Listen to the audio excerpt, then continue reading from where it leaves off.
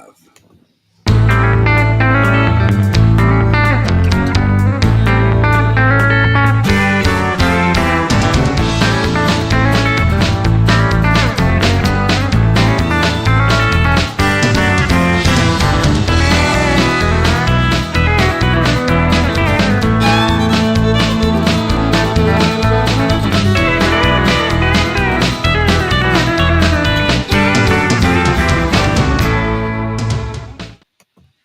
What's up, guys? What is up? Welcome back to another episode of Deck Talk Podcast. And man, I'm so stoked. I've been ready for this episode to hit the air, and I'm really excited that it is a live podcast.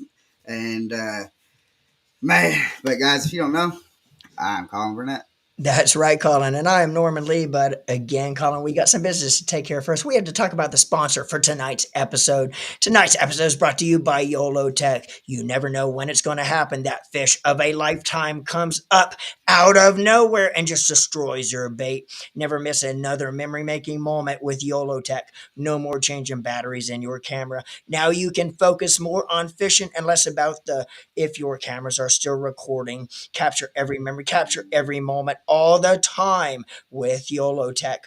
Always be recording. Now, are you ready for this amazing deal? Click on the link in this episode and use our promo code DECKTALK20 and receive $20 off any purchase of $50 or more.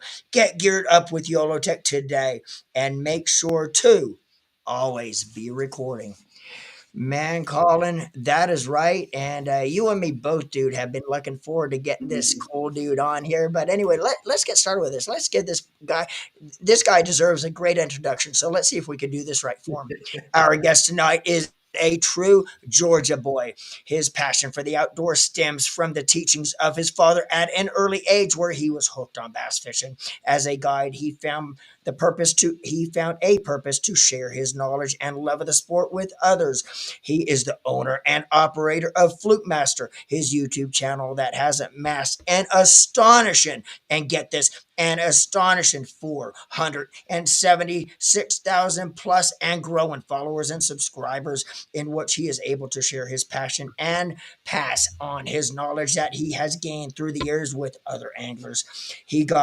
He is just coming off a Bassmaster Kayak Series win at Cato Lake this past October. His ability to use his platform to teach others has made him one of the most influential fishermen in the sport today. The man simply known as Flukemaster, Mr. Gene Jensen. What's up, brother? How about them apples? So that's the show, guys. That's it. That's the intro. We're done. So, but guys, I was gonna say go Dogs, but I don't think my Florida faithful would appreciate that.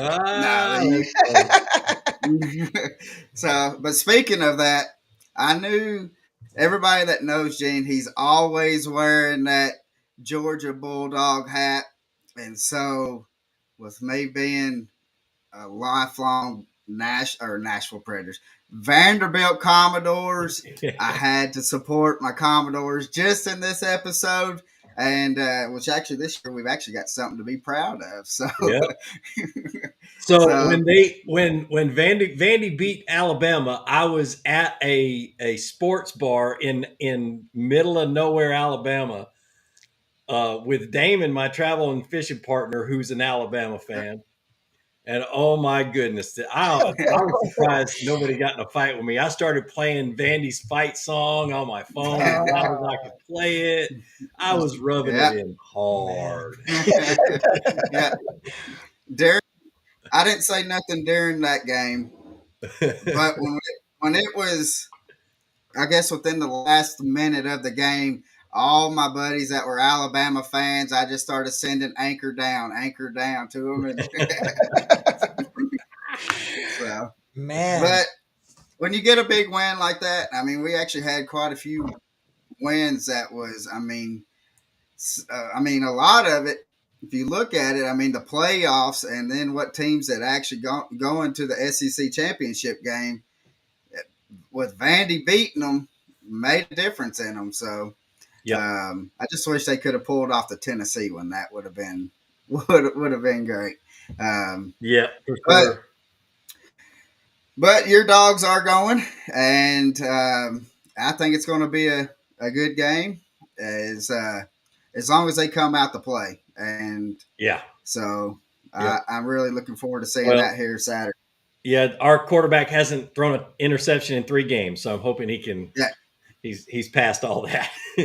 Well, you need to start knocking on some wood after saying that, I because. know it. Dadgummit, right. but uh, but guys, I have been watching Gene. I mean, he is really the guy that has got me to start a YouTube channel, and then to be able to grow it to how I have, and so I've been watching Gene since 2009, and I mean he definitely did not have all the subscribers and followers and stuff that he had back then, but to be able to see his journey and feel like I'm growing with him, and to be able to have him on, it is an honor to be able to have him on. I've learned so much, and my fishing level has definitely rose with watching the all his videos, and if there's a technique, I guarantee you there may be one or two techniques or baits and stuff that you have not put on there, but if not, I mean, there's you pretty much hit the whole fishing spectrum. Yeah, uh, I've got most of it. There's like the new stuff, like all the little minnow jig head stuff like that. I'm still trying to get good enough to where I feel like I can teach somebody how to do it. But I've never done one on an Alabama rig. yeah, Have no desire to it. I'll fish it every once in a while. I just don't. I don't like putting that many hooks in the side of a fish, yeah, And so yeah, So I just don't. I have never done one with that. But I can't. You're right. I've done a lot of them. I've done yeah. multiples of several of them. So Right, definitely. and the thing is, in which we talked earlier about it, Gene, is the fact that you you make it so easy for people to understand, and you could just be some Joe Schmo coming off the road and watch a video, and you're like, hey, I want to catch a bass. You can click on one of your videos, and you're going to tell them how to your rod setup to your line to the bait and how you need to retrieve it. And the thing about it, like what we was talking earlier, was you actually show yourself fishing it. And Yeah. so, and that makes a big difference to me, because a lot of people just talk about it and expect you to take it and learn. I'm a visual person. I Yep. can pick up, uh, if I see you do it, then I can duplicate it. And so, but Gene, man, I hope everybody right now, we've got, looks like 600 people on here right now. So I'm hoping by the time it'll keep on growing, but by the time, I hope that you're going to message me back and be like, man, these guys are just came over. My followings are just picked up a couple hundred or whatever. And Yep. so, but I can't thank you enough, Gene. I mean, because you really put me in this position to be able to talk to you, talk to all the anglers and stuff. Because if it wasn't you just saying, just get a camera. You don't need a big camera. You can use your phone. Just get out there and do it. Yep. I definitely would not be here if it wasn't for you. Yeah, So thank you so I've much, said sir. that to you and many other people. Stop talking about it and start. Just Yeah, Yeah. I yeah, can't count how many times I've heard I'm about to start a YouTube channel. I'm like, do it. yeah, Yep. And because so, you're going to make mistakes at the beginning, but that's how you learn. That's at Yeah. least and going back to how me showing you how to do it on my videos. You can always teach what to use, when to use, and where to use it. But if you don't show them, if you don't show people how to use it, the other ones are just pointless. Yeah. For a lot of us, because I'm the same way. I'm a visual learner. I have to keep it simple, stupid, not for my viewers, but for myself. right, right. And so it is. That's just and I for years I've realized that I have a God given talent to teach. I don't like to teach like math and arithmetic and all that crap that you learned in public school. I mean, I like to fish, Right. to teach real world stuff. Yeah. So Yeah. So, how did you? how did you get started? Well, first thing off, I do want to say thank you for, because a lot of people may not know, but thank you for your time and service that you served the country. Amen. Yes, sir. We love all of our service members and stuff, and so every time we get somebody that's served, we want to definitely shout them out. Just, and I know y'all hear that all the time. Thank you for your time and No, stuff, I but appreciate it. I really we do. really Yeah. we really mean it. So I want to know, like, how did you get started into fishing? I know that it started way back when you was a kid and all Yeah. that, but how did you get started into it? So, and my dad was a trout fisherman, and so I grew up going to North Georgia, and then later on, when most of my brothers and sisters were out of the house, and my dad actually had money, we would travel out west and fish, Nice. Henry's Fork and the Snake River and all up in Idaho and Wyoming and things like that. Played where he grew up fishing. Right. And so we'd go out there, and my grandmother had a friend that had a cabin on Henry's Fork Reservoir, which is one of the premier trout fishing places in the world. And she would charge us $25 a week. So the only rule was we had to shut the gas off when we left. And so we would go up there for 2-3 weeks at a time and just go into Yellowstone and fish and all Wow. around that area. So that's kind of where I grew up doing that. But mainly just my dad used it to keep me out of trouble as a teenager. So while my Right. friends and stuff were out drinking and partying on the weekends, I was in bed because me and dad were getting up to go to North Georgia to go trout fishing in the morning or go hunting or whatever else. I mean, I Yeah. did things with my dad every weekend. And Yeah. so he was a bigger outdoorsman than I was for sure. And then Wow. but my best friend in high school was a bass fisherman, and he introduced me to bass fishing right down the street in a little pond, right the other end of my road, and that's when I fell in love with bass fishing. I was like, wait a minute, I don't have to travel 2.5 hours to North Georgia. I can go right here. Yeah. And Right.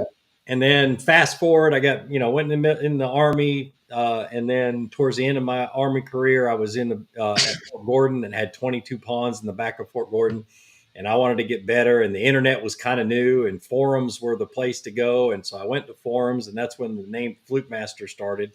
Was I had to come up with a name for the daggum forums, and once it was time to once YouTube took off, I couldn't shake that name, and so I had to own Right. it. And and then I started to through several different avenues. I came up with the idea of YouTube, and YouTube was only like a year and a half old when I started. So Right. most people don't realize is back then we had to fill out job applications to get part of the partner program for YouTube. It was a Yeah. literal application that you see when you go fill out go work at McDonald's or anything Yeah. else. And Right. so, and then they would come and look at your channel and see whether you were, worth it or not. And they could say yes or no for any reason. Right. And so that's Yeah. how that all started. And then it took me 4 years of YouTube before I got my first $100 check. Yeah. That And sounds about right. So, um, but how was it a tough decision to go from the medical field to be a full time content creator? no, not really. It was scary. I mean, I've Yeah. been shooting X-rays for 16 years or for 19 years, and I loved it, but I told my wife, and this was probably 7, 8 years after I started doing YouTube. So, but I saw the growth and I saw it Yeah. continuing to double and stuff like that. So I did the math, which is a miracle. But I did the math and and figured out about what time or what month and what year I would be making as much money on YouTube and through sponsors than I was at the hospital.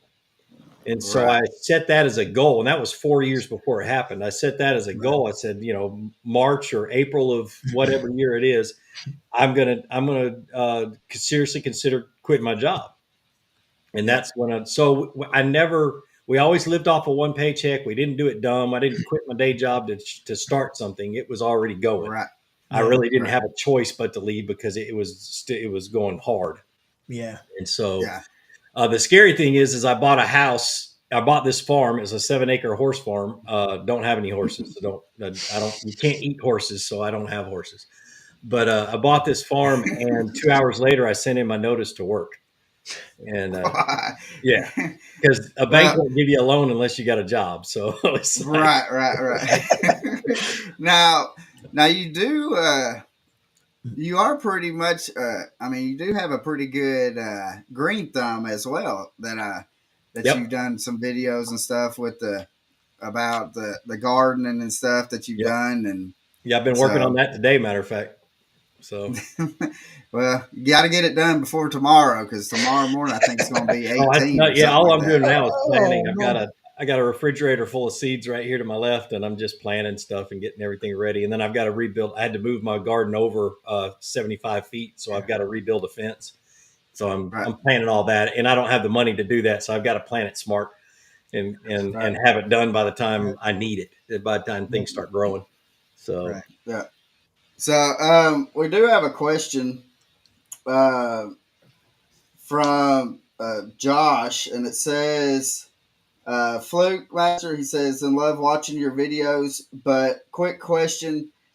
I have a loose bait caster that I tend to, well, hold on, that 8 out of 10 times I have a bird's nest in it. How can I solve that?" is he fishing braid? Is what I would guess. He's either one fishing braid, and it's Yeah, 40-pound test braid or 30. Or two, he is fishing a lure where he reels in the slack line. yeah, And a lot of times when you're fishing like a Texas rig or something, or Carolina rig, where you're reeling in that slack line, don't reel it in when it's totally slack, because you get so much loose line on that spool that you're every 10, 15, 20 cast, you'll backlash. I do it, yeah. So And and if somebody says that they don't backlash, they're telling you the biggest lie out there. yeah, exactly. And so, But my worst thing is 30 and 40-pound braid, because I guess it's because of the diameter and how light it is and the how way I light lay it it is, out. right? I backlash a lot with braid, and until I get to Yeah, the 50 and 60-pound test braid, and then I don't do it nearly as much. yeah, And that's actually caused me to get away from a lot of techniques I used to use braid and go back to fluorocarbon. Right. But right. those are usually, no matter what baitcaster it is, usually those are the two reasons why you have a consistent every several Yeah. cast backlash. Right. And he also, Josh, has, I know he at least has one or two videos on his channel, and which it's in the link is in the description, so you can click on it or just go to YouTube and just look up Flukemaster, and he shows you one how to adjust it, and a tip that he showed in one of them that helped me out when I was starting to throw a bait caster was electrical tape, pulling out however far and then put electrical tape in it and Yep. then reeling it in that way. And that really does Yep. help So as well. But check out, you make you figure out how far you think you're going to cast, then you pull out 4 or 5 more lengths out, and then yeah, tape your reel with either masking tape or electrical tape, and that just prevents a backlash that you can't get out, and it gets frustrating. You throw the thing in the box and you go back to a spinning reel. Right. So that's what that right. prevents. So um, I want to, let's see, I got so questions. We got people on here saying Bama let them win. And, uh, but let's see. For people that are trying to get into kayak fishing, that one, maybe they cannot, I mean, because boats right now are through the roof, and or they just want to get out into a kayak. What's the easiest way, because they don't have to go out there and spend 10, 12 grand on a kayak to be Right. able to have everything on there, but what's the easiest way for somebody to be able to go get into a kayak um, and see which kayak is that will fit them? Because I know like different people are different sizes, and which I know you you love them bona fides, and so how can somebody be able to get into kayak fishing? What would be the best advice that you could give to get So somebody into? get on Google and find find a few paddle shops that sell fishing kayaks first of all, and then just call them and say, "Do you have demo days, or do you allow me to take a kayak out?" Some of them allow you to rent out or take out a kayak. I know there's one in Chattanooga that used to do it. I don't know if they still do. Let you take one out and Right. test it and see what you like. My favorite are demo days. So Westbrook Supply, which is the paddle shop I work with here in Atlanta, once a year, sometimes twice a year, we have a demo day out on Lake Lanier where all the pro staff bring all their kayaks, and then a couple of the companies bring their kayaks and paddle boards and inflatables, and we'll have 100 kayaks out there to try out at least. And Right. we have it all planned. We have hot dogs and hamburgers cooking. It's just a good big party, and everybody's coming in and testing out boats. And Right. and then we don't sell them there. You end up coming into the shop if you want to, or best thing it does. The biggest thing it does is it gives you an idea of what you like and what you don't like, because every Right. kayak's different and every butt's different, and everybody wants one thing or the other. And the pro staff is really good. Our pro staff is a family. I mean, we're having a Friendsgiving on Sunday. We get together all the time.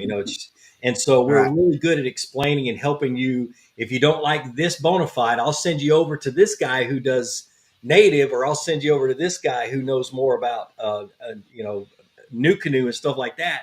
And Right. and you'll be able to try them all out and get expert advice on it. We're not trying to sell your boat. We're trying to put you in the best one you can. Right, If right. you don't have a paddle shop like that, then I would suggest travel to Atlanta and spend that weekend hanging out with Yeah. us at in Lake Lanier, because it's just a fun deal. But that's one thing. And the second thing is don't settle for a cheap kayak that doesn't feel good for you. Yeah. And my suggestion is, price wise, is at this day and age, I used to say $800. Now it's about, because of the economy and stuff like that, try to save your money up to where you can afford at least a kayak that's $1,000. Yeah. Yeah. And then you're going to get one that's rotomolded and it's a little bit safer. And my travel partner, fished out of a Bass Pro Shop kayak for 4 years before he was able to afford a native, and he flipped Right. that thing twice and lost $3,000 worth of gear during those two flips. Yeah. And so you kind of gotta figure it out that way. And then if you're going to paddle, get a really good paddle. Yeah. Don't get a Yeah. cheap aluminum one that's so heavy that you don't want to really use it all day long. Now I was going to ask Yeah. you too. I was going to ask you too, and you just mentioned about your buddy or whatever overturning one. Yeah. Is most kayaks fairly stable as far Oh, as yeah. somebody want to get into kayak fishing that's never fished out of a kayak? Yeah. Does somebody have to have good balance, or are they pretty stable when you stand up? Most of them these days, like I said, you get to that $1,000 range, that 800,000, or unless you buy a used one, which is another good option, is to go buy one that somebody's selling because a new model came out and they bought that one, that kind of stuff. Most of them you can stand up in, and typically, no matter who you are, unless you've got some really bad equilibrium, most of people can get comfortable standing in about 20 or 30 minutes of doing it. I got you. And so Now- I never recommend doing it in the wintertime. Always make sure the water's safe and stuff like that. And the number one rule is always wear your PFD. Yeah. Yeah. Don't put it behind you. I am the first one that will come up to you in a lake and say, please put your PFD on. I don't want to come drag your body out of this water. Yeah. Yeah. And Well- so it's important, because I've fallen out Yeah. twice. Have I fallen out 3 times? 3 times. And every Yeah. time I had my PFD on, and one time, if I had not been able to get back in my boat, I was 7 miles from the closest Yeah. anything like boat ramp and gators everywhere. I was on Caddo Lake. I was 7 miles from anywhere, and it was a weekday, and there was nobody there. Wow. So Yeah, that was going to be my next question, because I remember you done a video of talking just about the safety and stuff like that. That the main thing when you get into a kayak, you need to fall off, like, don't put no gear on there. Yep. You need to be able to get out or get into the water to where you can get yourself into the water. And then one of the funny things about that video, Norman, he did say, I suggest that it's not in gator infested water. So. Yeah, I mean, but and that's a skill that will save your life, and it's something that really needs Yeah, to be practiced. Is getting yeah, back up in a kayak in open water where you can't reach the bottom. Yeah. yeah, and And no that's matter how fat you are and how big of a belly you are, it can be done as long as you have practiced it. I did a seminar in Indiana last February, and I'll be back up there again at the Indiana Sports Show. But I did a safety seminar, and like 2 months later, one of the guys, and only like 4 people showed up to that safety seminar every time, and I did it 9 times. And one guy wow. contacted me, said, "Dude, your seminar saved my life," Wow. because Yeah. he had fallen Well, I out of mean, his and that's kayak. worth it. It's just that one person Yeah, just says for that. sure. Yeah, And that's I worth told it. him this year when I signed the contract, I said I want to do a couple of different seminars, but I want to do the safety seminar the busiest days of the show. Now, So Yeah, do they make PFDs that are for kayak fishermen? That's not yes, so big and bulky that doesn't yep, restrict you so much. yeah, Uh, and I never suggest the self inflate or the inflatable ones yeah, because because that I don't trust my life to anything yeah, mechanical. I'm the son of an engineer, and I've got brothers who are engineers. I got a brother who's a rocket scientist, and I'll be the first to tell you I don't yeah, trust anything yeah. mechanical. 'Cause that's what I was gonna right. ask you because for us bass boaters, and I use the, the inflatable from time to time. I don't use them a lot, but I do. But legally, to have one of the CO2 cartridge vest on, you actually have to have it's not a life Yeah, preserver unless you're wearing it. unless you're wearing it. But Yeah. yeah, but, I just I didn't know if, So they actually make something a little bit less restricting other than well, you CO2. kind of, yeah, they do. NRS makes a good one. Stolquist makes one. They're actually Stolquist is in the process of changing some of their PFDs, but mine is bulky, but it's got pockets and it's got things I can put Yeah, my phone in and everything else. But the biggest thing is a pad that's up above the seat. I got you. You Right. know, and I fish in Georgia. I mean, you guys are in Tennessee. You know how hot it gets here in the Oh, South. yeah, yeah, And I'm Oh there. yeah. I don't. I always have mine on. I just make sure I got enough water. yeah. You Yeah. because it ain't worth it, dude. Seriously, it No, ain't. It ain't worth it. yeah. No. And I want to say, uh, I wanted to know like the first time that I had ever met Gene was I had messaged and talked to him. We've got mutual friends, and then I told him that I actually had a benefit tournament that was going on, about 50 legs, and so I met him up in Dayton, Tennessee. It just so happened that his boy was fishing a high school tournament out of Dayton, and uh, and that was a rough time. The water was fluctuating That and was a all horrible that. So, tournament. but I got to meet him, and the friendship started there. And but and guys, so you hear us talking about kayak fishing and stuff like that. Just because we're talking kayaks does not mean that it does not translate into bass fishing. Because actually, he had your aluminum craft. A buddy of ours actually is using it now, or got it from you, Yep. and um, and he's actually put some pretty big fish out of He's got Chickamauga. he's got hundreds of fish bigger than anyone I ever put in that boat.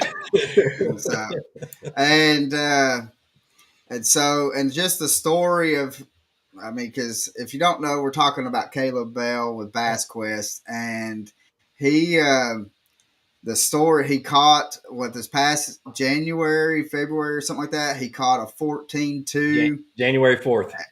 Yeah, and so he ended up, the story of how he caught that fish was just crazy. What I mean, I tell him all the time that, I mean, I don't know if he's a fish whisperer or whatever, but he's got something going on there where he knows where them big uns are. But Yeah, you and I are totally agree on that because I've known him yeah, for many, many years, and he is, yeah, he's one of those that you want to have in the boat during a tournament if you've got to get a kicker because he's going to catch yeah.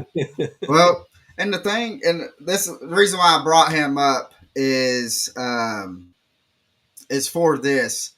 He told us, because like right now when we had the hurricane come through North Carolina, like we're still seeing like Chickamauga looks like chocolate milk on the main channel.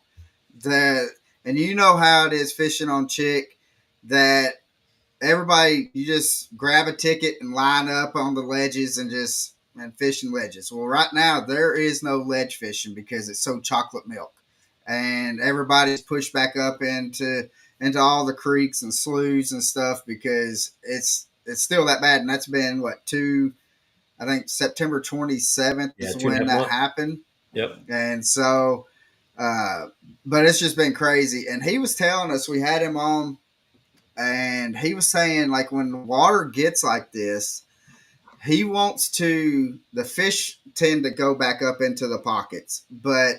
And so people think their mindset is I want to follow the fish.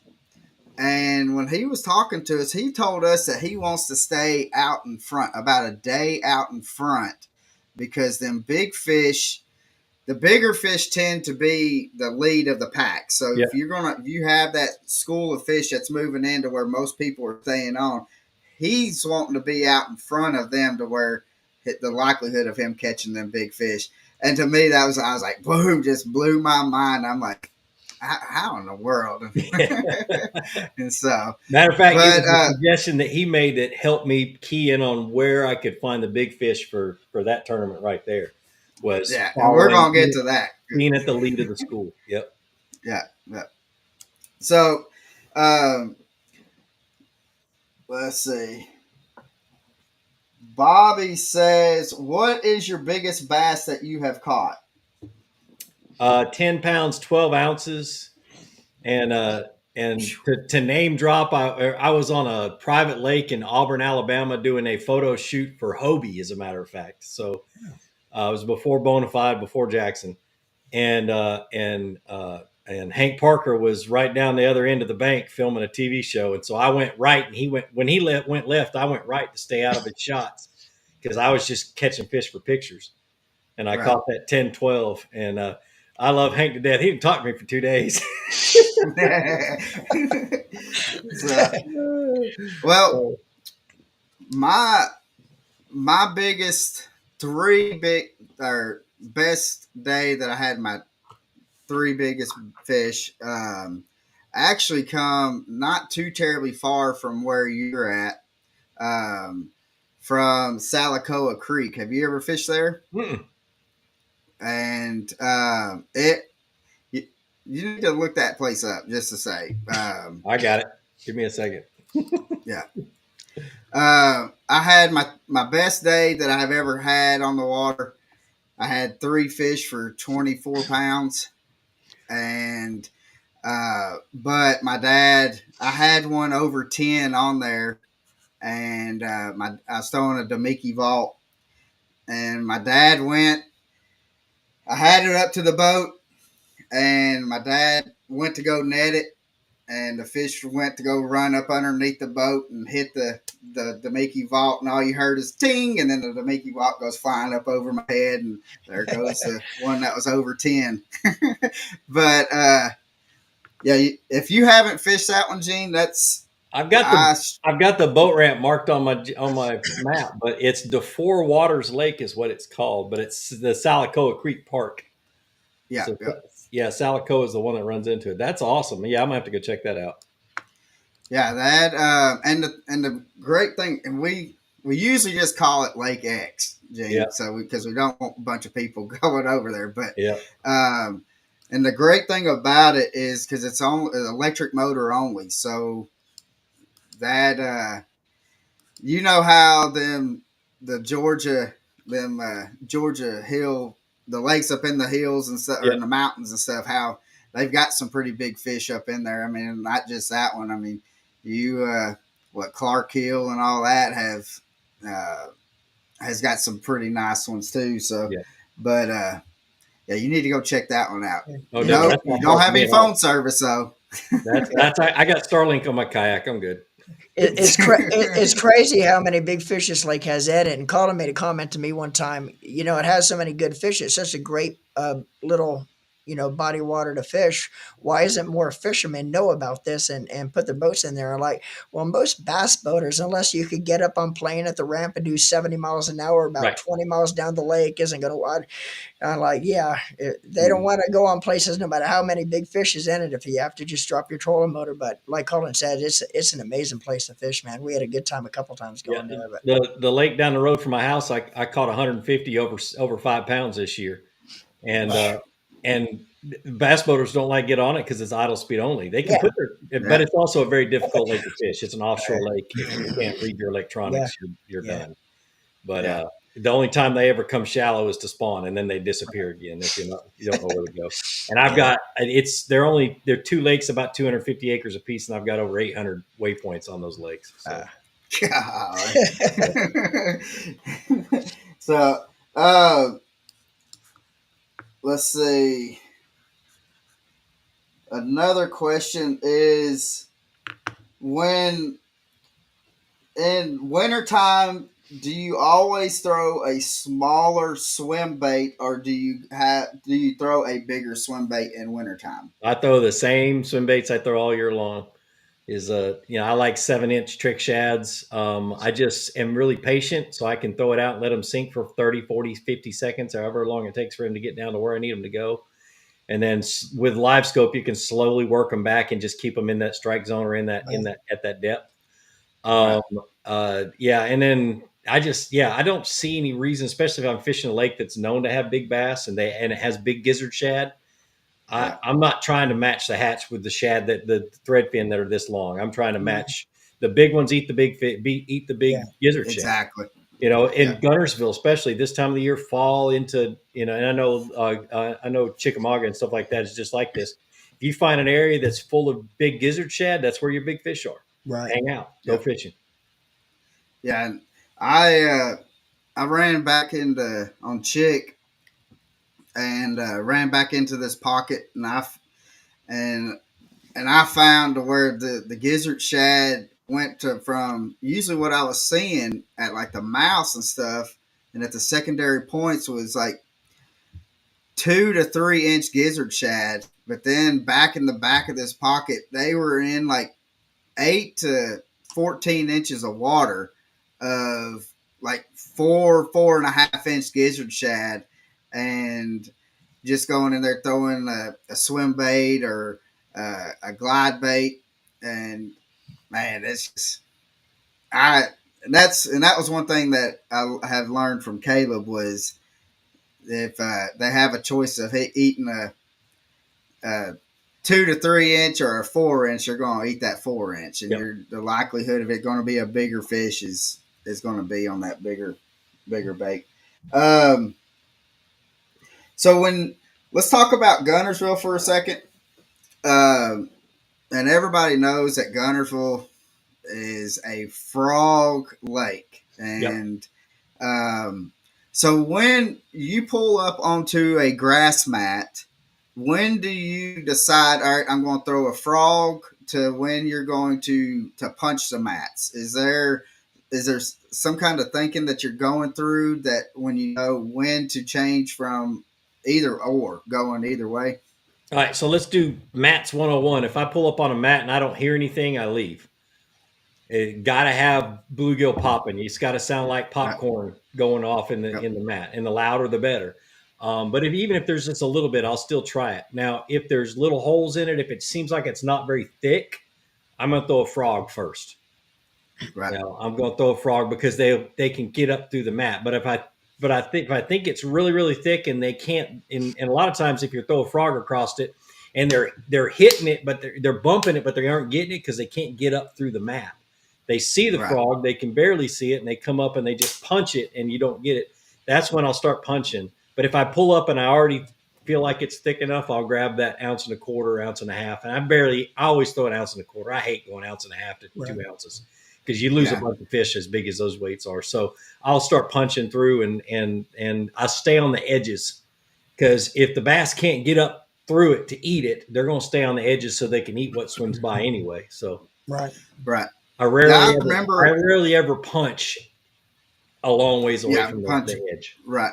Now, and when and both of those, excuse me, are and you both of those setups you have braid on, correct? Yes, yep, 65-pound braid. Yep. And so he actually has, guys. He has a video. I want to say that it may have. I don't know. I don't want to say. I was thinking that it may have been on Chick. It was probably on Gunnersville, to where he pulls up on and he's talking just like what he said. He sees all these little potholes, little deals, and he was just pitching into it. And I think what you said, you may pitch in 100 times, but then that one, Yep. and once you got it figured out, and I mean, you went on a pretty good streak right there during that video. And Yeah, that so, was Chick. That was um, on Chick. so where did the love that you have of teaching, um, just people? It don't even have to be people that you know. Where did the love of teaching fishing come from? Um, to where you wanted to be able to record it to help so many people out. So when I was doing forums, I was a moderator on Bass Resource, if you guys remember that Right. that website. So and we had a get together, and I through circumstance was able to take Bob Lusk, the owner and editor of Pond Boss magazine. He's one of the top Right. biologists in the country. I was able to take him fishing, and we had a great time, dude. I was on a school of little bitty spotted bass, probably 10,000 spotted bass. And we drop, throwing a drop shot and a shaky head, we catch them every single drop, and we just had a good time. Well, 3 4 weeks later, he gets a hold of me. He's like, dude, can you meet me up in North Carolina? I want to talk to you about a job opportunity. I'm like, what? I was like, you live in Texarkana, what am I? And so I put two and two together and realized he was working on this really special private lake project up in North Carolina called the Kingfisher Society. And Right. and I went up there, went fishing, and they offered me a job as a guide there. So I started guiding there. Now this is high dollar, $1,000 a day per person. They get a private chef, they have a cabin, the whole 9 yards. So I was a Right. glorified fishing caddy, is all I Right. was. And so it was fun because I got to meet a lot of very wealthy people, a lot of businessmen who spent their entire life doing business and not enjoying nature and stuff like that. A lot of guys who hadn't touched a fishing rod in their entire life or in years and years. And there was one older gentleman. He was in his 80s, and he was in the back of the boat, and I'm sitting in the console the whole day. And I never could connect with him. Never could connect with him. Right. And he was just really quiet. I taught him how to throw a Texas rig, and then I would show him that all of a sudden I'd look over and his line was swimming off to the side, and he's just. And I'm like, you want to set the hook on that? So I spent a lot of time digging worms out of the guts of these fish. Right. And at the end of the day, like I said, I couldn't connect with him. He turned and looked at me and he said, I just had one of the best days of my life. And I said, really? I was like, and I realized that there's something special about being on the water, and that Yeah. everybody, no matter who they are, no matter what they've done in their life, and everybody deserves the opportunity to go out and enjoy what I do, and enjoy Yeah. fishing. And at the same time, I was talking with my buddies like Mike Buca, Bullshad Buca. Right. He's been a friend of mine since long before he started making swim baits. So I've known him for years. And him and I was trying to find my place in the industry, and he was the one that said, "Don't do what everybody else is doing, or Yeah. you're never gonna get anywhere." So that was through that and YouTube starting everything else. The light bulb came on, and I was like, I want to teach people how to fish because Bill Dance isn't doing it anymore. Nobody else is doing it anymore. YouTube is brand new, and I just want to do this. and Right. and so I started doing it. And also I was a scoutmaster, and I had some scouts that wanted to learn how to fish, and I couldn't take them every weekend. So same sort of deal. It all just came Right. together. Right. It was like a one big Yeah. landslide that came together, and I just started doing it. And didn't know that I was going to be the first, and I didn't know that I was going to be one. It was going to be what it is now, but I just did it because I loved it. So Yeah. Yeah. And the thing is, and I think, I mean, we've talked about it, and like prior times that we've met and stuff that, uh, and I told you about me starting my YouTube channel, and that was one thing that you said to me was to be different, and If you want to succeed, you have to be different. And so, like with my YouTube channel, I want it to be to where, like, when we're out on the boat, that people can see we don't even have to be best friends or anything, but something about being on the deck of the boat with somebody else and just talking, that you just see that camaraderie just form. And so to me, and that's what I think is important, is to be able to show the camaraderie that Yeah. the fishing family has. And so that's where I wanted to focus. And then, like, even with the podcast, we uh, we took, like, wanting to do it live from you, because I thought it's different. It was different because, and then we can, because like right now we've got over 1,300 people on right now, and never thought that the podcast would do what it was, that it's done. And, but we're able to, with doing media for bass, going and doing, like the classic and stuff, and filming at the classic and then at Red Crest, we're able to meet all these anglers and going to ICAST and all the stuff that we do. We're able to talk to them. So having people on that are friends and that people may idolize and think, man, I never had the opportunity to be able to talk to Gene Jensen or Iconelli or something like that. And so that's what we wanted to do, is to have them to have a platform to where they can just ask us questions. Yep. And I so, love to do that. I mean, Q&As yeah, are that's why I put the Starlink on my kayak, is so I could have live deals out on my kayak. Right. I do right. TikTok lives during my tournaments, and then I do Facebook and YouTube lives while I'm just fishing, just fun fishing, where I can Q&A. As a Right. matter of fact, I finally it's on my desk. I got a chesty that I can put my phone to now, that magnetically attaches to my phone, where I can do that and still have the POV view that everybody Yeah. likes. Hey, Right. Gene, what advice could you give to maybe someone that's watching right now?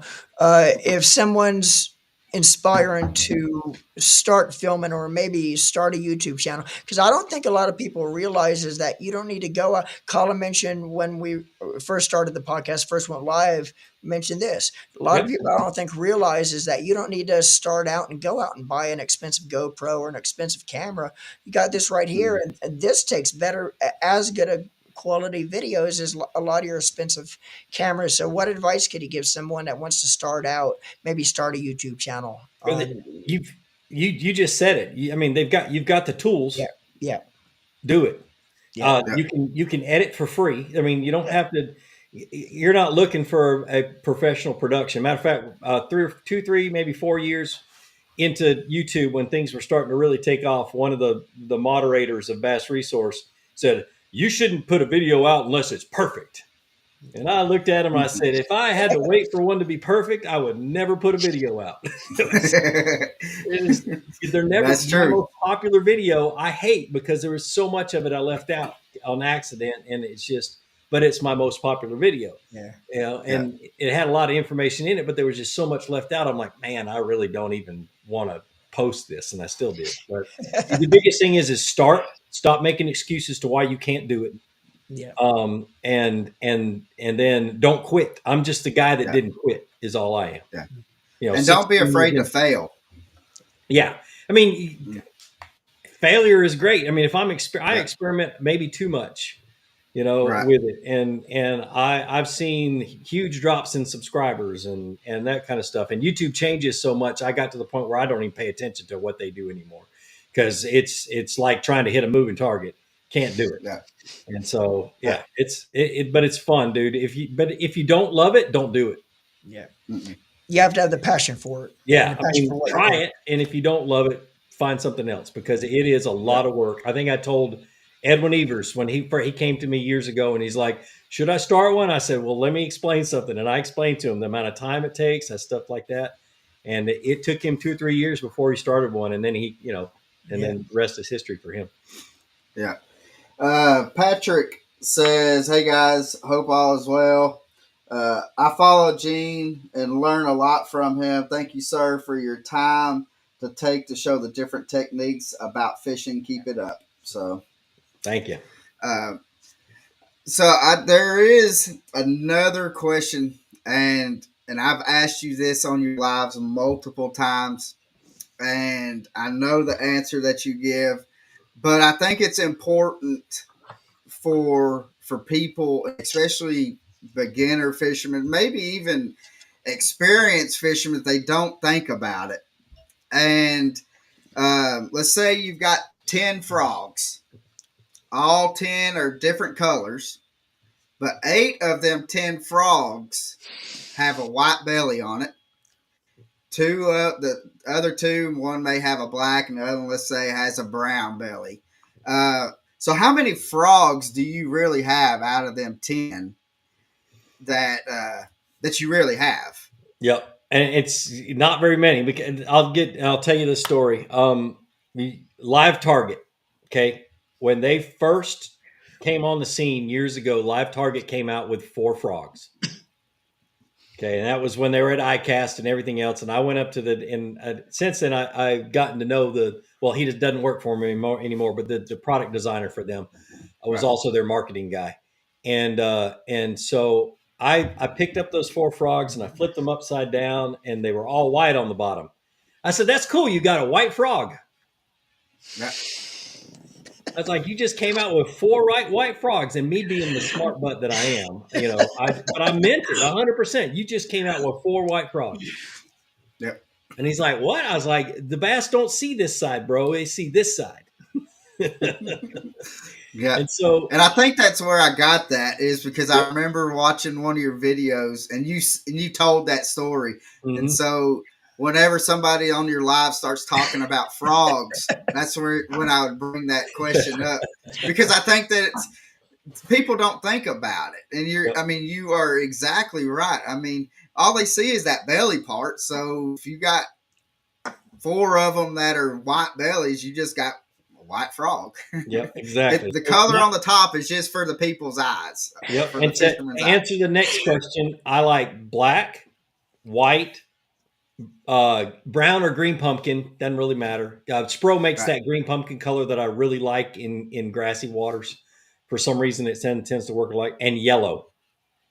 Yes. Don't know why they hate school bus yellow, but you can get them. You can crush them at points in time, especially in the mats on a yellow bellied frog. And so those are the 4 colors I use, and combinations of the other ones. I very seldom have I found a different color that works better than any of those 4. So yeah, and I mean, and I can remember your videos. I mean, I don't think I've got my frogs. I think it's actually in the boat. But if I pull out my trays of frogs, all it's going to be, I'll have the white, black, and like a brown or it's just going to be those 3 is a white, brown. I don't have a yellow. I may have to get me a yellow just to try it out and see what I can do. Yep. But so when because frog fishing and stuff, and what around the Tennessee River and everywhere, like it really doesn't start happening until that grass is matted up. Right. So does it matter to you, like let's say like on Chick out front of Chester Frost, to where the duck blind is, and you have that the ledge there that's probably 3-4 foot deep, but the grass is matted up on it. Does it matter to you to have that current coming by that grass mat, or would you rather have it to where it's a calm, to where you're like you go back into the back of a pocket or back of a creek to where there's really no current coming by it? Would you prefer to have current coming by a grass mat, or would you rather it not? The current tends to concentrate the fish. We'll push them into a smaller area. So I don't like to have a lot of current, because you catch one, it spooks the whole school, or it spooks a bunch of them. Right. And so if I'm on a frog fish, I want them to be a little scattered out. I want them to be up under the mat. But when the current comes, they're going to pull out to that current edge, Right. and you can catch them better on other things, chatter baits, spinner baits, that kind of stuff. So no current, they scatter out. They either go out deep or go off on some offshore stuff, or a lot of them will push Right. up in underneath that grass, and that's when a frog really works. But Right. if there's too much current, say there's flood conditions or post rain conditions, stuff like that, I'm going to pull back up in a pocket and be just outside the current and start working that way. And if that doesn't work, go out and try something different on the offshore stuff. Right. Right. So. So we can't have you on, and we've had you on here for about 55 minutes, but we cannot have you on and not talk about that trophy that's to the back behind you to the right. I want to know, what was it that helped you win that tournament? What was the pattern that you found to be able to help you get on to those Well, fish? the biggest thing was the preparation for me. I focused Right. on it for that tournament for 2.5 months. I mean, it's all I could think about, all I could live and breathe. I spent hours and hours watching videos and studying maps. And uh, let's see, I got a stack. Matter of fact, I can turn my camera a little bit. So yeah, well, my microphone's in the way. So yeah, stack right there on the edge. Those Yep. are all lake maps, old paper lake maps. So I pull out. I've got 150 of them from all over the country. And What's the a one paper? behind me on the counter is Lake Fork, which is where the championship is I this was week. gonna say, what's a paper lake map? Yeah, exactly. So this one's 20 years old. This one right here, it's a Lake Oh Fork man. map. It's 20 years old. So, but anyway, so I did a lot of studying, a lot of research, a lot of watching videos and things like that. And then I went on a scouting trip with my travel partner. We went up there for a week and fished Caddo when it was still able to do it before it went off limits.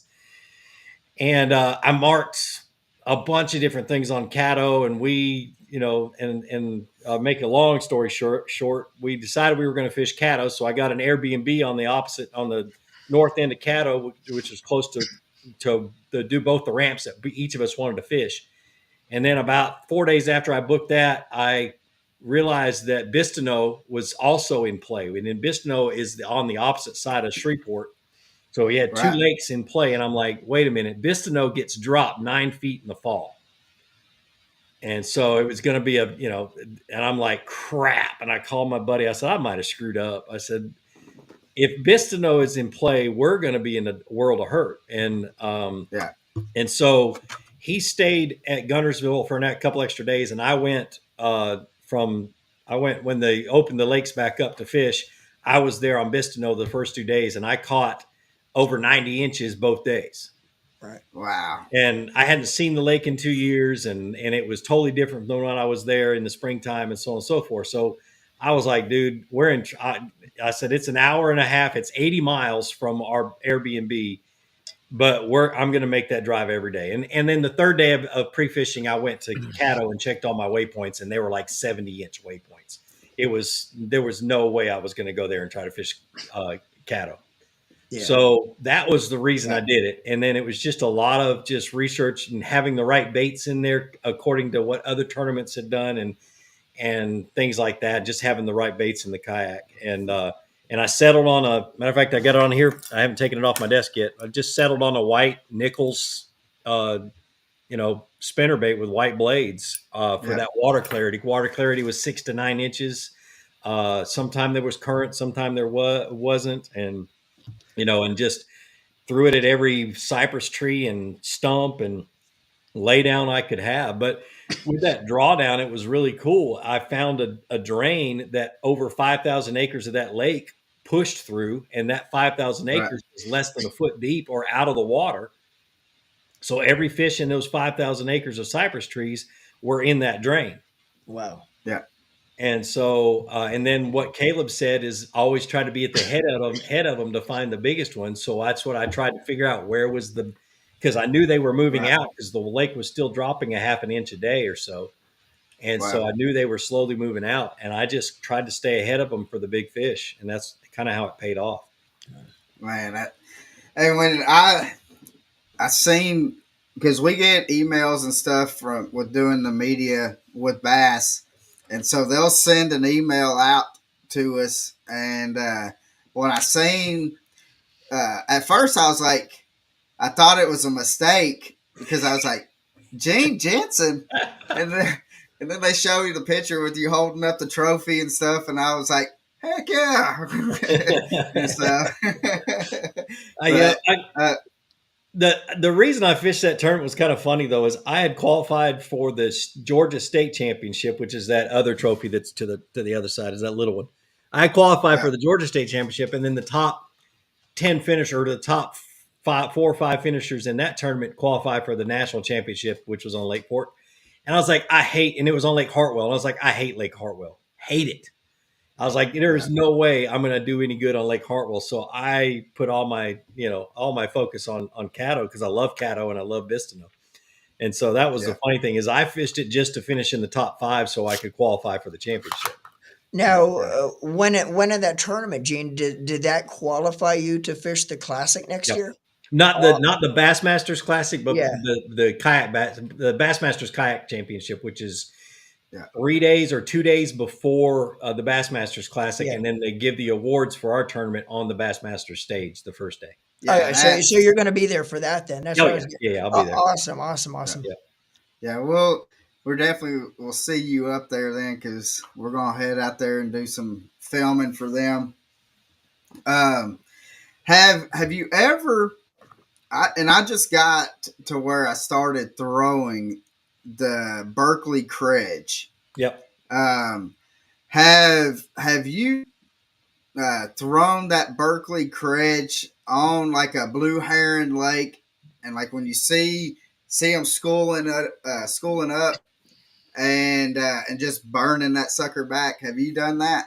I have done it with a JDM bait that's very similar but smaller than the Credge. I think it's Right, called the Riser. And same thing, I'd throw it up, and I used to do this with spy baits. right, Throw right, it out, let it sink 2 inches, and start reeling it just under the surface. I do the same thing with the Credge, and I do the same thing with the Riser. And the reason is because blueback herring move really fast in the water. They're a lot faster right, moving baits, or bait fish, than a shad or anything else.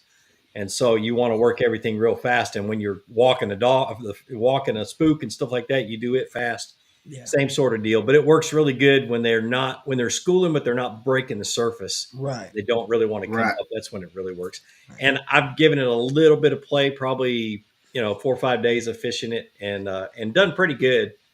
But yeah, the Credge is a different thing. You can't you I don't fish it like a jerk bait, because I don't feel like it gets the attention from the bass that you Right. need it to. No, and when I first tried it when it came out, and I tried working it as a jerk bait, and I'm like, I just after probably about 30 minutes of it, I mean, I just literally just cut it off and threw it in the bottom of the boat and be like, I'll get that later. and Yeah. Yep. but I was talking to Alex Rudd, and he's the one that told me. He said, you need it. You do not need to work it as a jerk bait. Yeah, just You reel it. have to burn. Yeah, Yep. and he says, and if you're on a lake that has spotted bass, he says you cannot reel it fast enough. Right. And so, Yep. but Makes sense. and have you fished Parksville? Yeah. Yep. That's I one. actually fished it with Caleb and Alex one day. So Oh, really, really. yep. That is an interesting lake. I have not caught. I mean, I've gone out there with Caleb and a couple other buddies, and it's one of those lakes that I love to hate because everybody that's on the boat with me goes and they catch some monster spotted bass, and I'm out there and I'm just catching like these pound and a half, 2 pounders, and I'm like, this sucks. And so, Yeah, I've but never caught anything really big there, but I haven't given it a good enough try to really be able to do it. So yeah. mostly was just doing it for So, fun. um, what and I always wanted to ask you this because I grew up in Nashville, and so I've always fished like a river system, and grew up on Old Hickory Lake, and then moved to Chattanooga. So we've got Chickamauga, Nickajack, Gunnersville. Um, just what is like your quick answer to I'm wanting to fish like let's say Lanier where it's deep water. Um, how what is the best thing to do when you're fishing a deep water reservoir like that compared to like a river system? You're just I mean you got to find current. If you don't have any current, you might as well just pack up and just go back to the house. Yep. So on a highland reservoir and deep water, and I mean Lanier is deep clear water, and so what is your like?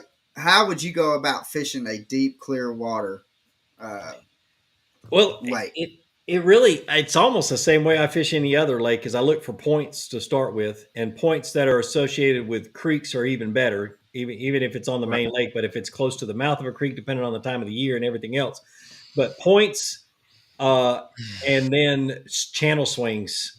No matter what time of the year, the bass aren't going to be far from where a channel, a river, a creek channel swings close to a shallow point or something like that. Right. They're going to be in right, that area or somewhere along that area. It's usually where I start first.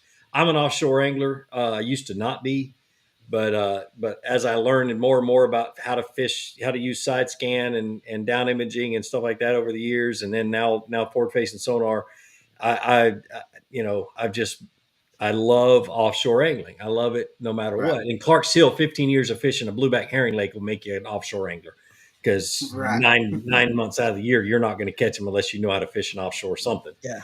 And so right, that's the biggest thing for those, especially Lake Lanier, and then docks, which right, I hate floating docks. Absolutely despise them. But Lanier, I spent a week on Lanier. Told myself I'm going to learn how to fish floating docks, and that's when I caught my personal best spotted bass this past year. And heck and yeah, so it is just a different thing. And I hate throwing a wacky rig, but I throw it around a daggone floating dock because that's what catches fish. So so what is a question? Another question that says, "What is your favorite fish to catch besides a bass? I guess just bass species. Period." redfish. Yep, I love to go to Louisiana Oh, and catch redfish for so sure. I had a buddy of mine went down to Louisiana to catch some reds, and he was catching them reds on a an A rig, and which it did not last. The A rig did not last Oh long at no. all. After a couple of them, Yep. just demolished it. But that's one thing I've always wanted to do is go catch some of them bull reds. I catching some peacock bass was on the bucket list, but I've been able to go out and do that quite a few times now.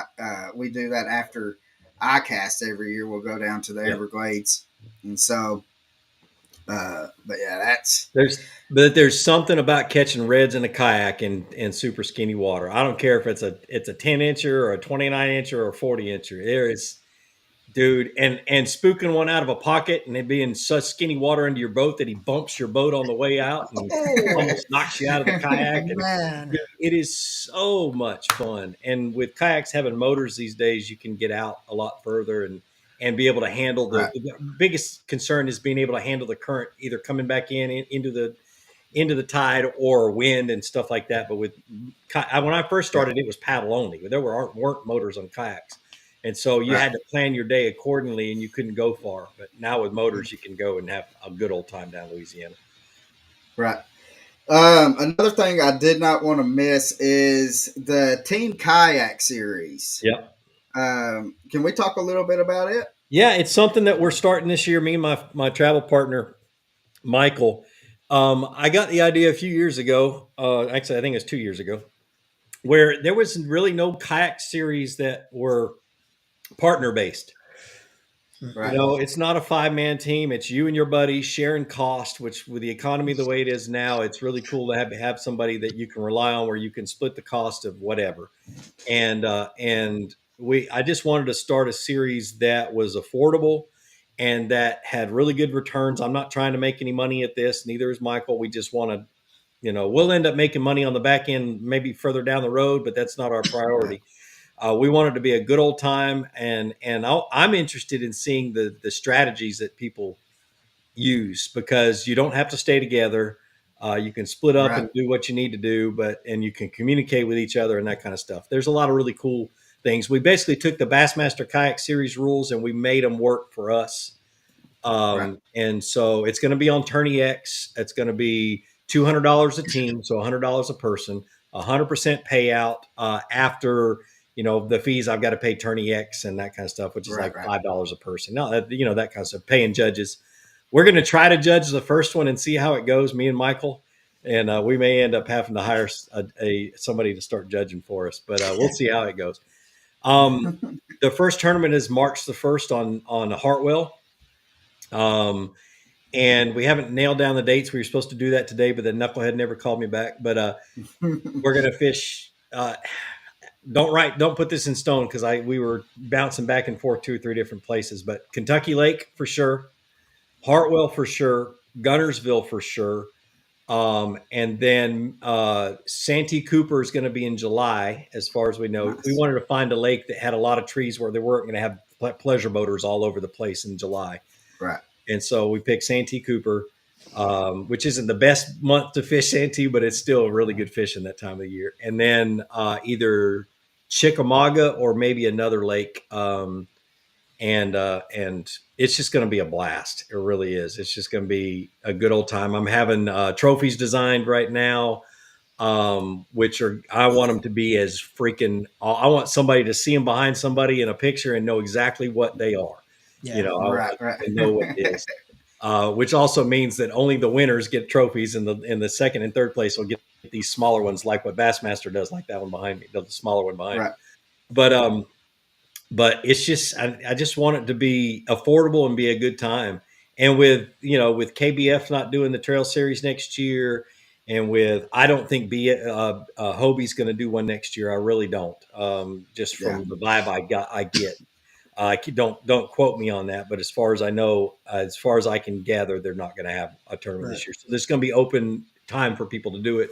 And we've just been waiting for Bassmasters for Steve to come out with the Bassmasters tournament schedule before, so we don't sit on top of that, so we Right. don't Right. Right. schedule on top of that. And so it should be maybe by middle of next week we have our schedule out.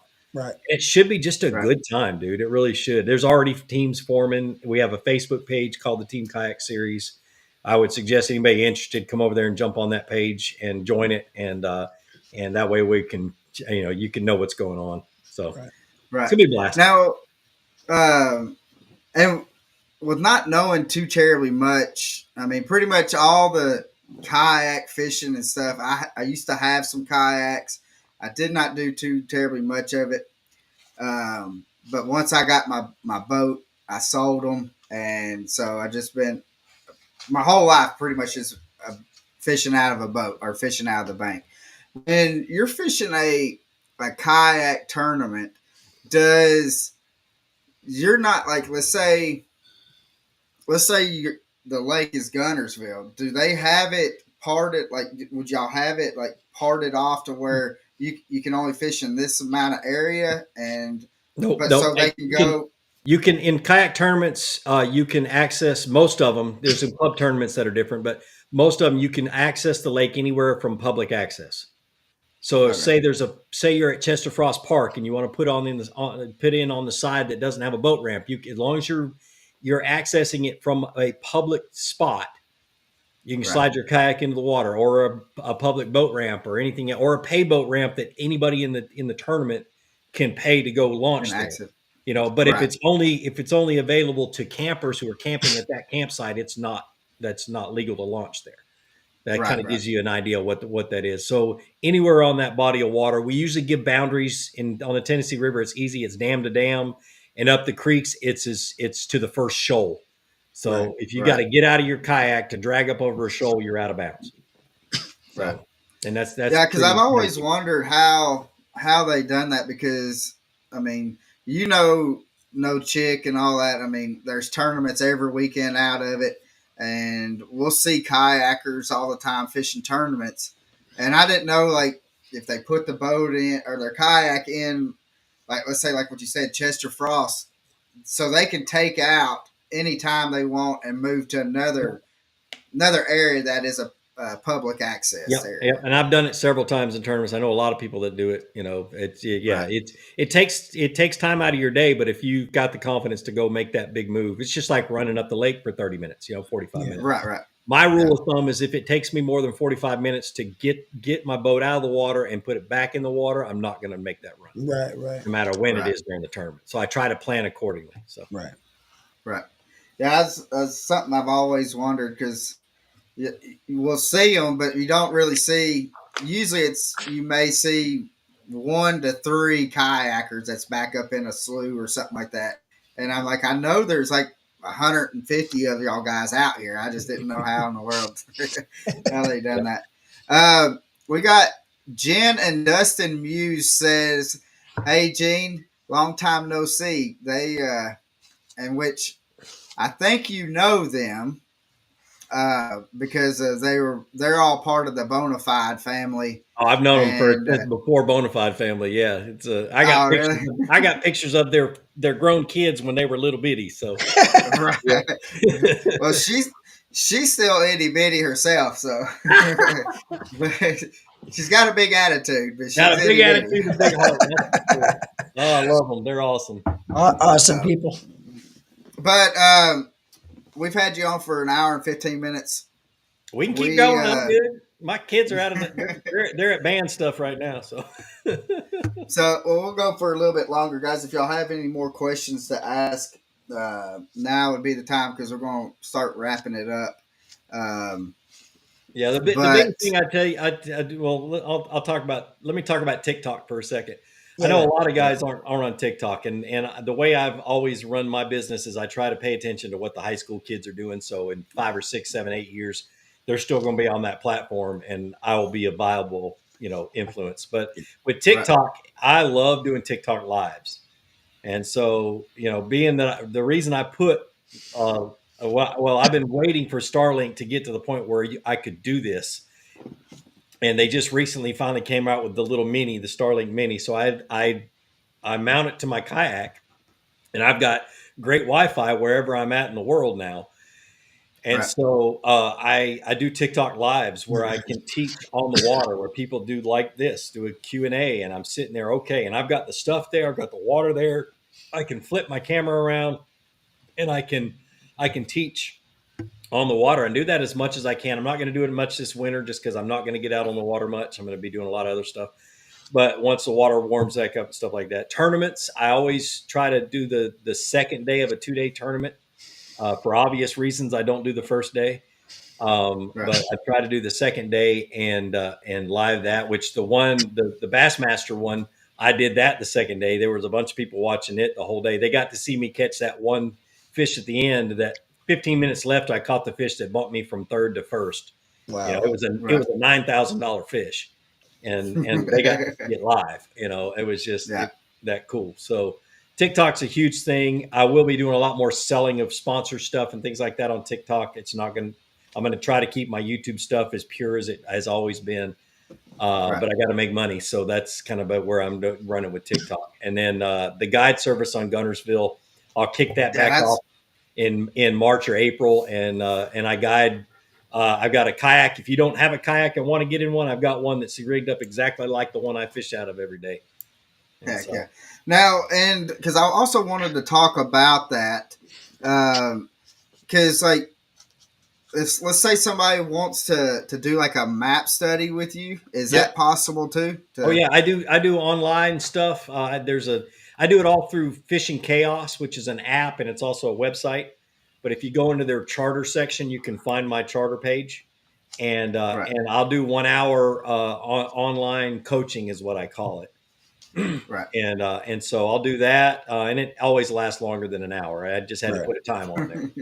Well, it's And just then like every time you get together and just people just start talking about fishing, it's just like today. I mean, it didn't seem like, I mean, we're on here almost an hour and 20 minutes, and I look up and I'm like, golly, it's already been almost an hour.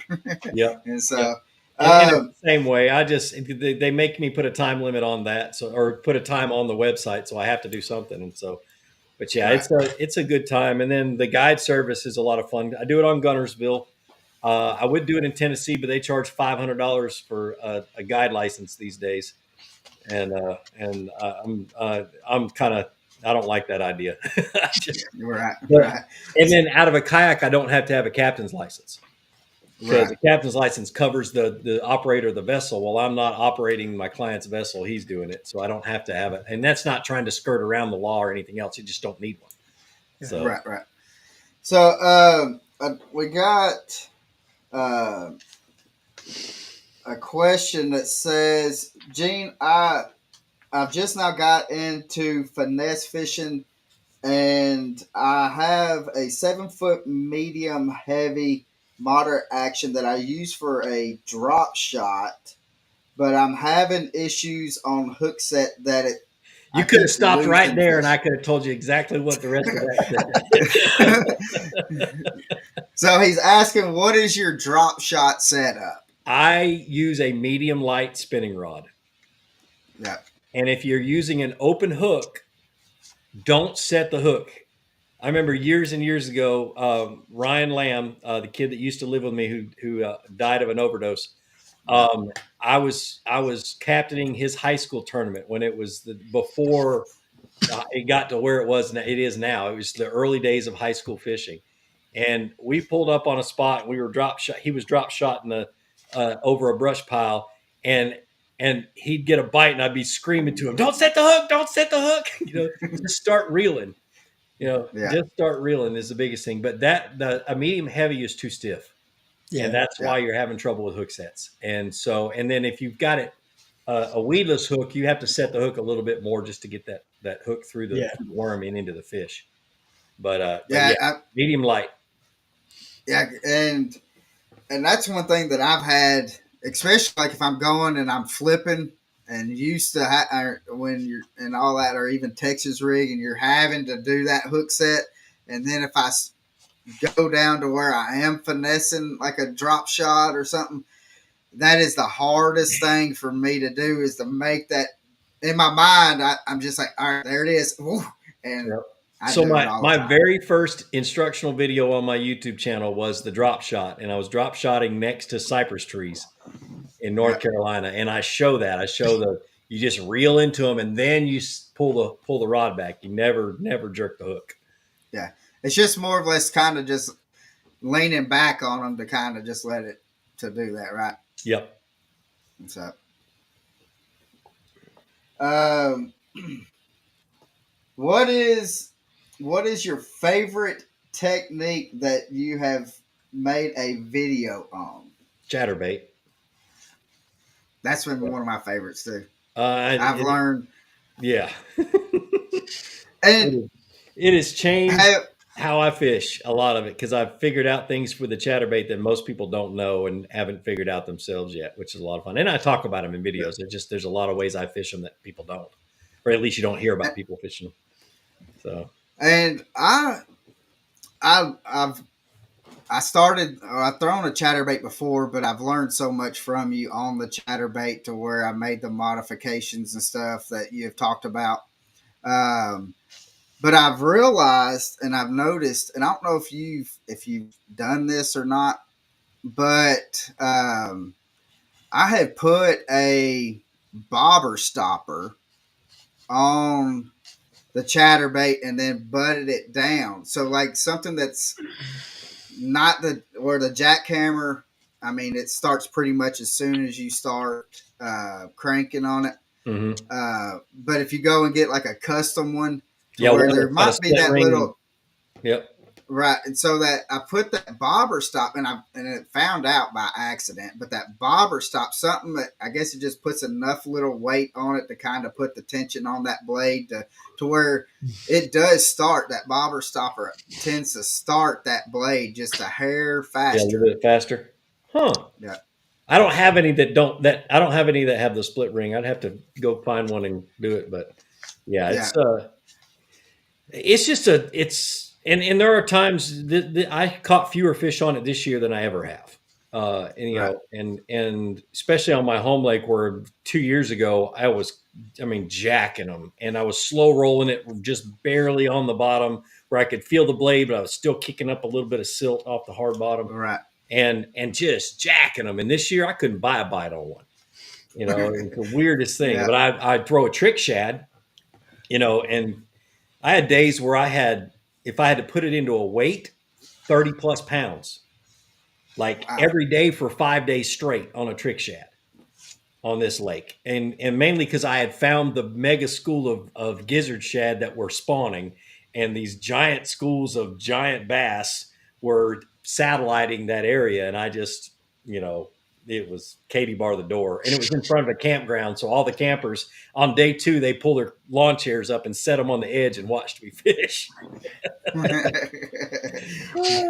So, but guys, I cannot illustrate how much, like, if you're really wanting to learn a different technique, or even if you know how to do something, go to and watch his YouTube channel, because I guarantee you there's a video out there that's going to help you out. I mean, Yeah. I think he's got over 900 videos. He's got a bunch. Videos on there, and it's real simple, real easy. He breaks it down, and then you actually can watch him fish, so you can see how his retrieve is. And again, that retrieve may not work for you, but it's kind of gives you a good starting point to be Yeah. able to start figuring things out. Because if you've gone out and fished more than once or twice, you know that you can go to within a day, within a few hours. I mean, fish can change how they want to bite anyway. So that retrieve may not work. It may work, but the next time you go out, it may not. You just kind of got to figure it out. And as well as I do, no two anglers fish exactly the same. No. And I always try to put little tidbits in my videos that make you go, wait a minute, or wow, or Right. something like that. It's just because I do things different, and I think I see things different. I on the Bass University podcast I did last week, I told them these are professional anglers that have been fishing their whole life.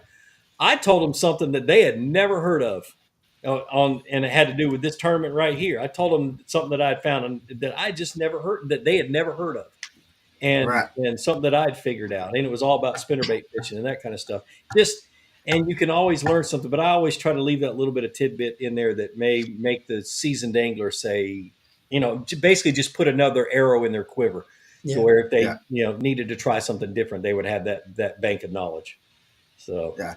And that's one thing that I've always, I mean, because I don't know how many chatterbait videos you have, quite a few chatterbait videos on there.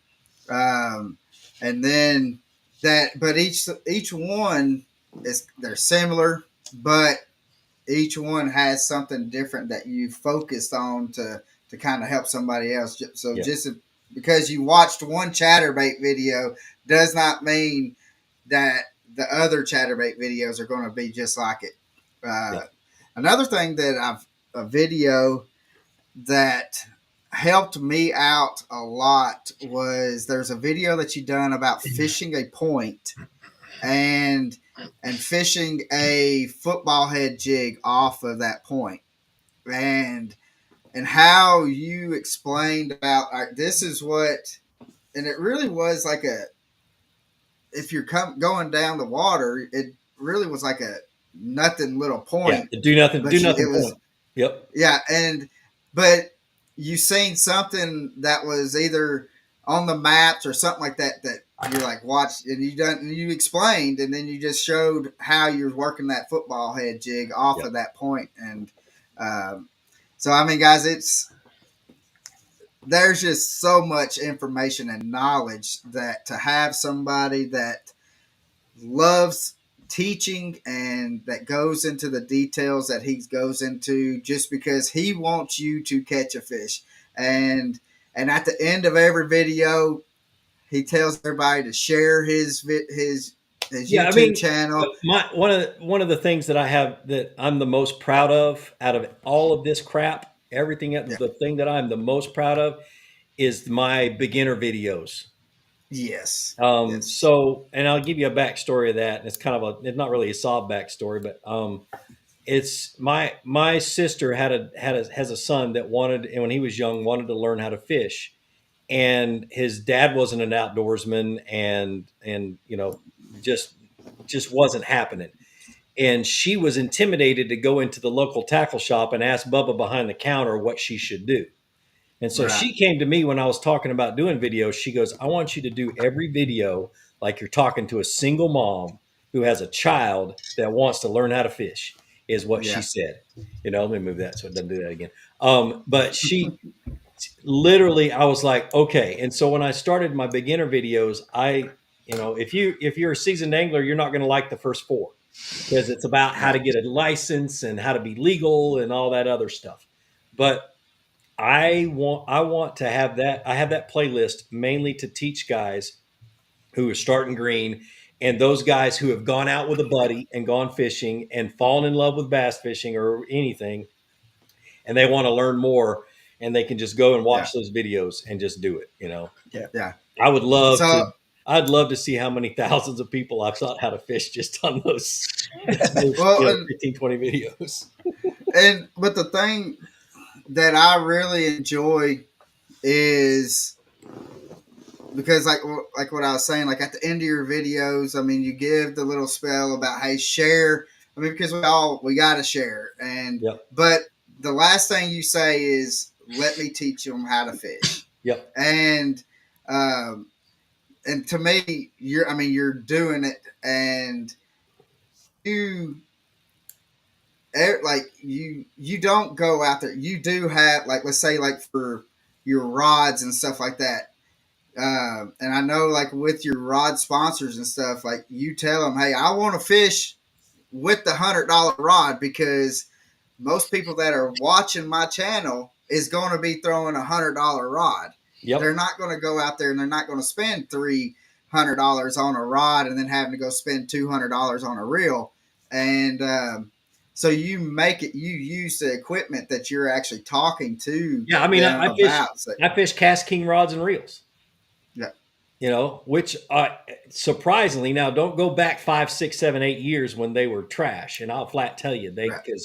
and I've been friends with them since they first showed up on the scene, and they have gotten so much better. A lot But better, right? but they're only 70, 80. I had them send me some of their $40 and $50 reels. I haven't put line on them yet because I just got them a couple weeks ago, but I want to try those out before I start talking about them. But I Yeah, think that they're a great deal for those guys who don't have the money to go buy a Yeah. $200 reel or a $300 rod. right.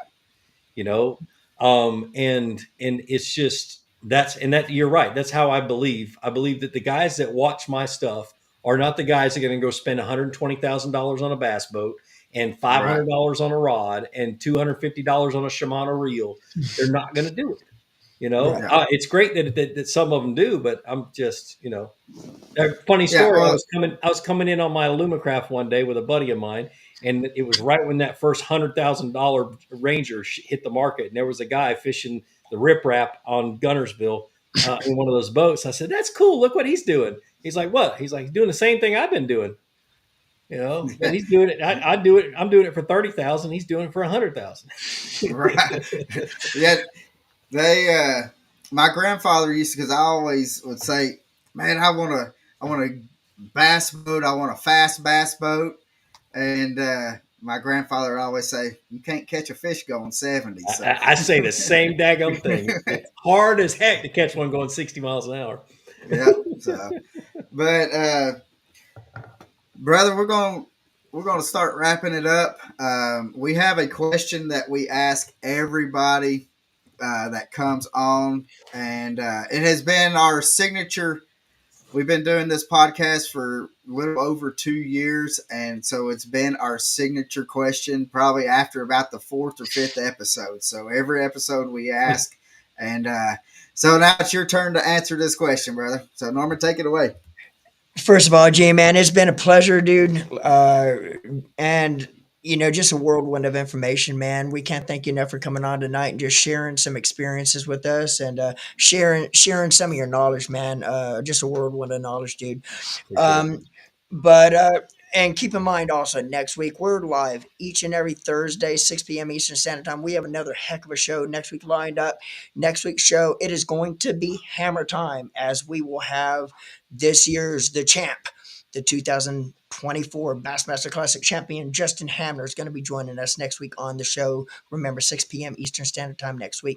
Be there, be square. But anyway, Gene, if you were to have one person to go fish with for the day, and this person could still be with us or could be passed away, who would that person be, and why would you want to fish with them for the day? Well, Dad's my number one. As a matter of fact, I'll show you the picture. Another sob story. But I was trout fishing with my dad one day, years and years ago, and that's him with his knees in the water. And I'm a believer in Christ, and something told me to turn around and take pictures of my dad. And so I grabbed my camera out of and this is before cell phones had cameras. I grabbed my camera out of my pocket and I started taking pictures of my dad. That was the last day I ever fished with my dad. He was diagnosed with Parkinson's shortly thereafter, and then couldn't fish with me anymore. Never has been in a boat with me. That some gun would never get in a boat with me. He's like, I ain't fishing with those broom handles, that kind of stuff. And so, but we had a lot of fun. Dad would be my number one. But number two, first person ever comes to mind is Gerald Swindle. Him and I are great friends. We whenever we get together, me, him, and Lulu, we talk gardening. And we do a lot of trash talking on TikTok or on Instagram when we're doing gardens. But years ago, I had the wonderful opportunity to watch him do stand-up comedy. Wow. And it's been one of the highlights of my life. And it was during a Bassmaster event, something like it was hilarious. But just to go, I want to pick his brain about Gunnersville. I want to pick his brain about what he does and how he does it and that kind of stuff. Just, being that we're already good friends and we only live an hour and a half from each other, but whenever he can fish, he's hunting, or whenever he can fish with me, he's always in the woods. Yeah. And that's usually October, November is usually the only time I can get away to do that too. So one day we will.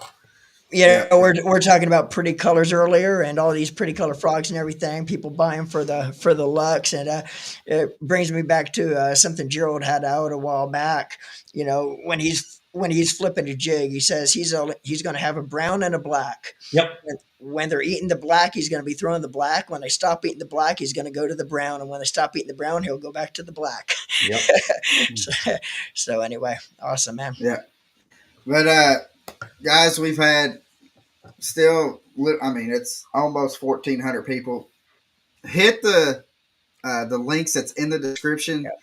Go follow Gene and support him, and with YouTube, smash that subscribe, TikTok, Facebook, do all the liking and following and all that, and send him a message saying that you saw him here on Deck Talk Podcast. And man, it's we can't thank y'all enough for what y'all do, even for supporting Gene and his family. Because we couldn't do it. It'd just be three guys here just chit chatting if it wasn't for y'all. We could not do what we done, and definitely couldn't have made a platform that we have and what Gene has if it was not for y'all. So we want to say thank you so much for that. Again, Gene, thank you for coming on and giving us that knowledge that you have, and just the time of day to come and help somebody be able to learn how to fish. And so we do want everybody to go over there, learn something from him, because there must be almost 1,000 videos that he has on there, and if you can't learn something from it, don't hate me because I'm in a kayak. All right.